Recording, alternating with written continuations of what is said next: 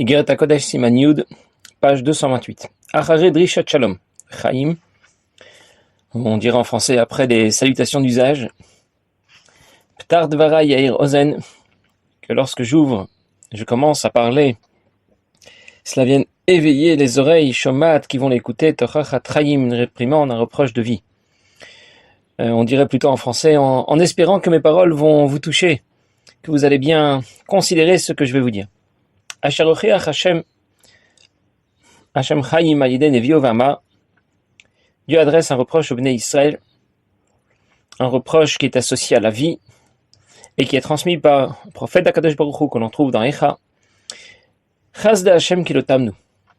Le pasuk dit: la bonté de Dieu ne se tarit jamais, elle ne s'épuise jamais, va avaler les mêmes.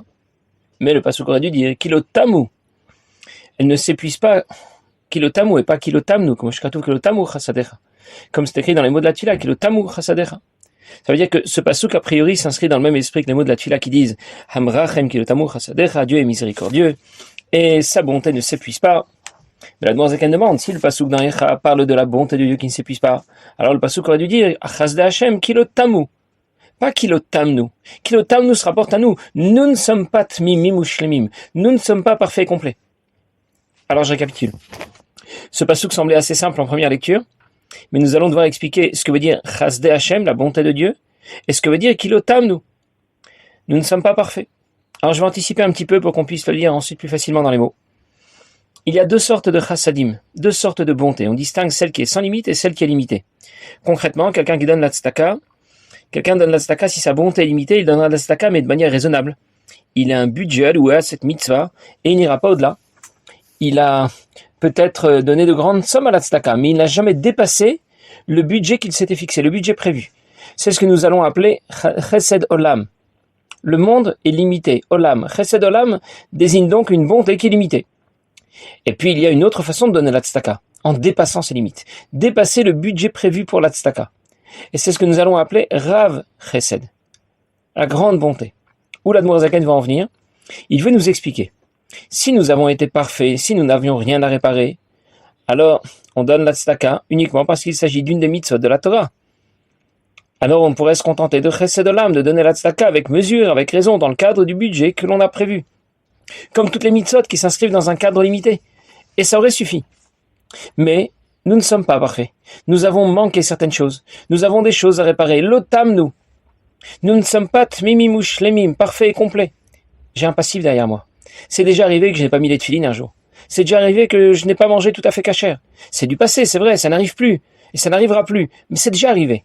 Alors pour combler ce qui a été manqué, il faudra donner la tzedaka d'une façon supérieure. Rav Chased. Dans ce cas, Dieu interviendra dans sa grande bonté pour combler tous ces manques et réparer tout ce qui doit être réparé. Alors dans les mots. Yuvan al-Pimash Katoub Zohar HaKadosh, on va comprendre d'après ce qui est écrit dans le Zohar HaKadosh. It Chesed vit Chesed. Il y a bonté et bonté. It Chesed Olam, Choulé, vit Chesed Ila, de Rav Chesed. Choulé. Il y a la bonté qui est limitée, qu'on appelle Chesed Olam comme le monde est limité. Et puis il y a la bonté qui est illimitée. Au-delà, Rav Chesed, la grande bonté sans limite. L'explication que donne l'Admor Zaken ne correspond pas à ce qu'on explique habituellement dans la Chassidoute. En général, on explique que Dieu apporte à la création l'énergie dont elle a besoin pour exister, pour fonctionner. C'est ce qu'on appelle Chesed Olam. Et quand on étudie la Torah et qu'on pratique les mitzvot, on introduit dans la création davantage de lumière et d'énergie, davantage de Gdusha. C'est ce qu'on appelle Rav Chesed. Dans notre Siman, l'Admor Zaken décale les curseurs vers le haut. Et il nous explique. Chesed Olam, ça désigne à la fois l'énergie de base que Dieu apporte à la création pour lui permettre d'exister, mais aussi l'énergie supplémentaire que Dieu apporte à la création quand on étudie la Torah et que l'on pratique les mitzvot. Parce que ça reste encore dans le cadre de ce qui est programmé, dans un cadre limité. Bien sûr, on obtient davantage de lumière quand on étudie la Torah et qu'on pratique les mitzvot, plus d'énergie, plus de Gdusha, mais c'est un plus relatif. Le système n'a pas explosé. Par contre, Rav Chased, ça désigne ce que l'on obtient quand on dépasse toutes nos limites. Notamment quand on donne la tzedaka en dépassant toutes nos limites, alors on obtient Chesed Hashem. Ki Nemudat Zot, il est bien connu. La Torah Niklet Oz. La Torah est appelée la force. Shulashon Gvura. La force désigne aussi Gvura, la puissance, la retenue. Comme Moshamur Chazal, comme nos maîtres ont dit, Tarek Mitzvot Nemul Moshe Misinaï Mi Pia Gvura. 613 mitzvot ont été donnés à Moshe sur leur Sinaï d'Akadosh Baruch Hu que l'on appelle Agvura, qui dirtive, comme dit encore le Pasuk. Mimido, à sa droite, Esh, il y a un feu, Dat Lamo, ce sont les règles de la Torah qu'il a données à son peuple. Bien, je vais reprendre ce que l'Admorazaken vient de nous dire. Il explique que la Torah elle-même est limitée. Elle s'inscrit elle-même dans un cadre. Pourquoi la Torah est limitée? On aurait pu penser, on aurait pu faire l'erreur de croire que la Torah au départ est sans limite. Elle ne rentre dans aucun cadre. Elle vient de Dieu qui est illimité et donc elle est elle-même illimitée.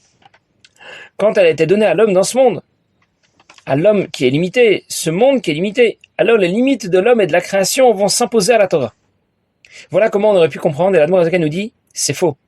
La Torah elle-même est limitée dès le départ. Quand la Torah nous a été donnée, pour qu'elle ne fasse pas exploser le monde, si on peut dire, pour que le monde ne soit pas désintégré devant la puissance de la lumière de la Torah, alors elle devait être elle-même limitée. Les limites de la Torah se trouvent dans la Torah elle-même, en d'autres mots. La Torah a un cadre limité, elle s'inscrit dans un cadre limité, mais pas parce qu'elle a été donnée à l'homme dans ce monde, mais parce qu'intrinsèquement la Torah est limitée. Elle possède dès le départ ce cadre qui est le résultat de ce qu'on appelle Gvura. Sans Gvura, Chesed va pulvériser la création. L'association des deux va fonctionner. Et c'est vrai aussi pour la Torah. La Torah est appelée Oz, notre force. Le Pasuk dit Hashem Oz le Amoyiten. Dieu nous donne la force, la Torah qui est appelée Oz. Mais Oz désigne aussi Gvura, la puissance et la retenue. La Gemara dit dans Masechet Makot, 613 mitzvot ont été donnés à Moshe sur l'Ar Sinaï, mipi agvura, de la bouche d'Akadosh Baruch Hu qui est le plus puissant, c'est le pshat. Mais ici on a associé Gvura à la Torah. Dès le départ, la Torah a été donnée mipi agvura dans un cadre limité. La Torah porte en elle ses propres limites, son propre cadre, pour pouvoir nous être donnée. La Torah n'est pas seulement associée à Chesed, elle est aussi associée à Gvura. C'est l'idée que l'on trouve dans le Pasuk, Parashat Vezot Abracha, mimino esh dat lamo. Dat lamo, c'est la loi, c'est la Torah. La Torah est appelée Dat Lamo, la loi pour son peuple. Mais elle est en même temps Mimino et Esh. Yamin, la droite, ça représente Chesed, la main droite qui donne. Lo représente Chesed. Lo est toujours orienté vers le bas et donc on l'associe à l'idée de donner, Chesed. Esh au contraire représente les Gvurot, Gvura, la retenue, le feu qui est toujours orienté vers le haut et que l'on va associer à la retenue. La Torah s'inscrit en même temps à droite et à gauche. Chesed et Gvura, Mimino Esh, elle porte en elle la retenue nécessaire. Alors je récapitule. La Torah prévoit dès le départ un cadre pour la pratique des mitzvot. La Torah est limitée elle-même. Elle n'est pas limitée par les facultés de l'homme, par le monde dans lequel elle a été donnée. Perouche, Torah Mekora Veshorshov Rak Chasda Hashem. La Torah au départ, c'est l'émanation de la bonté de Dieu. Amochoni Beshem Yamin, que l'on associe à la droite. Il s'agit d'une lueur, de Or Ein Sof, de la lumière infinie de Dieu, qui est dirigée à la mot Elyonim et Tartonim, vers les mondes de la création, du plus haut au plus bas. Aïda Adam Amamshich Haor Alatzmo. Lorsqu'un homme va accomplir Torah et Mitzvot, alors il obtient cette lumière pour lui-même. Mais Kum Ramach Mitzvot assez, quand il accomplit les 248 Mitzvot positives, Shen Ramach Varim de Malka, qui correspondent aux 248 membres du roi. Pérouche, Ramach Kelim Ulvushim, les 248 réceptacles, 248 vêtements, la Aram et Orenso Baruch Ham Lubash Baen, qui seront les vecteurs de la lumière infinie de Dieu qui vient s'y introduire. Et c'est cette mitzvah qui va lui apporter tant d'amour et de crainte de Dieu. À l'origine, la Torah est l'expression de Chasda Hashem, la bonté de Dieu, Yamin, la droite de Dieu. La Torah permet de révéler la lumière divine en direction de la création. Quelqu'un apprend la Torah, pratique les mitzvot dans ce monde, il n'en profite pas seulement individuellement, ce qu'il obtient va rayonner à la fois de façon horizontale et de façon verticale, vers les Olamot Elyonim et Tartonim, vers les mondes de la création du plus haut au plus bas. Le Yetzer Hara cherche souvent à dévaloriser nos efforts. Tu as étudié la Torah, et après, tu as pratiqué une mitzvah, et alors, il ne s'est rien passé, c'est nul. En réalité, quand on étudie la Torah et qu'on pratique les mitzvot, on révèle une lumière divine supérieure dans l'ensemble de la création, pour le monde autour de soi, pour les mondes qui sont au-dessus du nôtre. Il y a une Mishnah dans Masechet Avot qui dit « Imbatal tamina Torah ». Je suis pas très sûr des mots, mais je suis pas très loin. Si tu arrêtes d'étudier une minute, tu devais étudier 12 heures, mais tu n'as étudié que 11 heures et 59 minutes. Rien de grave, n'est-ce pas? On n'est pas une minute près. Et pourtant, la Mishnah nous dit Yesh lecha betelim arbe kenegdach. Le pshat, ça veut dire tu vas trouver beaucoup de circonstances atténuantes pour expliquer cette minute que tu as manquée. Beaucoup de raisons pour dédramatiser. Rien de grave. Mais le Midrash Shmuel, c'est un des élèves du Harizal. Le Midrash Shmuel est souvent cité par le Rabbi et il explique quand tu apprends la Torah, tu n'es pas tout seul. Au-dessus de toi, il y a des armées de malachim qui t'accompagnent. Ceux des mondes de Asiya, de Yetzira ou de Bria, qui vont t'accompagner dans ton étude, qui te suivent dans ton étude, eux aussi vont apprendre la Torah en même temps que toi. Et quand tu t'arrêtes une minute, Batal Tamina Torah, c'est l'ensemble du système qui s'interrompt. Yesh lecha betelim arbe. Tous les malachim qui te suivaient, tous les malachim qui t'accompagnaient dans ton étude, eux aussi vont s'arrêter pendant cette minute. Par contre, qu'un jour, un rabbi a répondu à un moré pour lui expliquer combien il était important d'arriver à l'heure lorsqu'il arrive en classe et de faire attention à chaque minute qu'il allait passer en classe. Il lui explique que lorsqu'il arrive, lorsque ce professeur arrive une minute en retard, il n'a pas seulement perdu une minute. S'il y a 20 enfants dans la classe, c'est 20 minutes de Limud Torah qui ont été perdues. En d'autres mots, j'étudie la Torah, je pratique les mitzvot. Je ne suis pas seul. J'entraîne avec moi tout un système derrière moi, à l'horizontale, autour de moi, et à la verticale, au-dessus de notre monde. Et tout cela dans la bonne direction. Les mitzvot sont comparés aux membres de Dieu.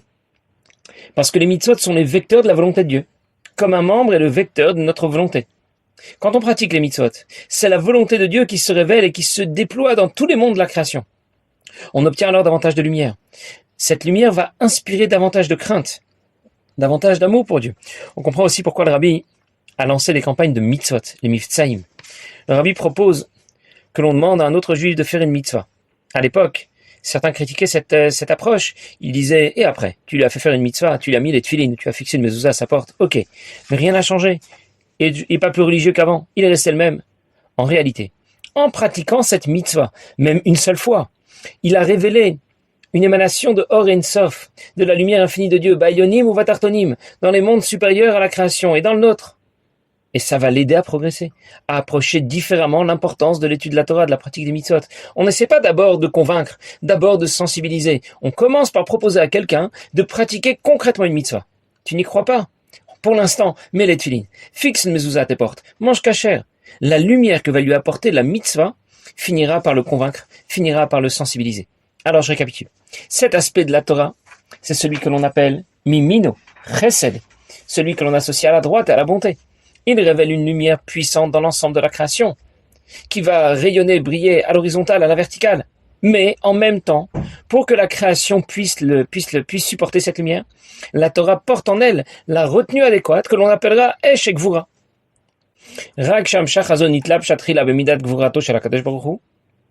Ce que l'on obtient en étudiant la Torah, en pratiquant les mitzvot, va d'abord être retenu par ce que l'on appelle les Gvurot, que l'on appelle Esh, feu, qui va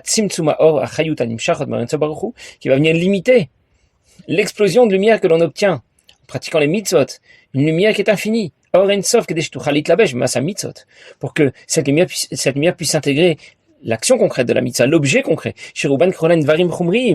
L'objet concret que l'on a utilisé pour accomplir cette mitzvah, qui est tzitzit ou tefillin, korbanot ou tzedaka. Que ce soit la mitzvah des tzitzit, les tefillin, les korbanot ou la tzedaka. Cette retenue va apporter aux mitzvot le cadre limité de l'application des mitzvot. Pour introduire la lumière infinie de Dieu dans l'objet matériel qu'on utilise pour faire cette mitzvah, il faut un filtre. Or Ein Sof ne peut tout de même pas rentrer dans cette mezouza. Or Ein Sof, la lumière infinie de Dieu, vient briller dans ce morceau de la peau d'une vache. Comment c'est possible? C'est que la Torah possède la faculté d'intégrer Or Ein Sof, qui est infini, à l'objet limité qui intervient dans la pratique de cette mitzvah. C'est pour cette raison que toutes les mitzvot ont un cadre physique. 4 parachutes pour les tefilines, 40 CA pour un mikvé, il y a 8 fils de tzitzit. Et puis il y a un cadre dans le temps, il y a des horaires respectés pour la tefila, pour lire Shema Israël chaque jour. Donc j'aurais pu penser, c'est vrai pour toutes les mitzvot. Toutes les mitzvot sont limitées, s'inscrivent dans un cadre. Pourquoi pas la tzedaka aussi? Pour la tzedaka aussi, ça devrait être la même chose. Ne soyons pas fous, restons raisonnables. Je reste dans le cadre du budget destiné à la tzedaka. 10%, 15%, 20%. Mais pourquoi aller au-delà? Et l'Admor Zaken va nous expliquer dans la suite de ce siman. C'est vrai, mais seulement pour les tzadikim. C'est vrai pour celui qui n'a jamais manqué de révéler Or Ein Sof en étudiant la Torah, en pratiquant les mitzvot, sans jamais manquer une mitzvah.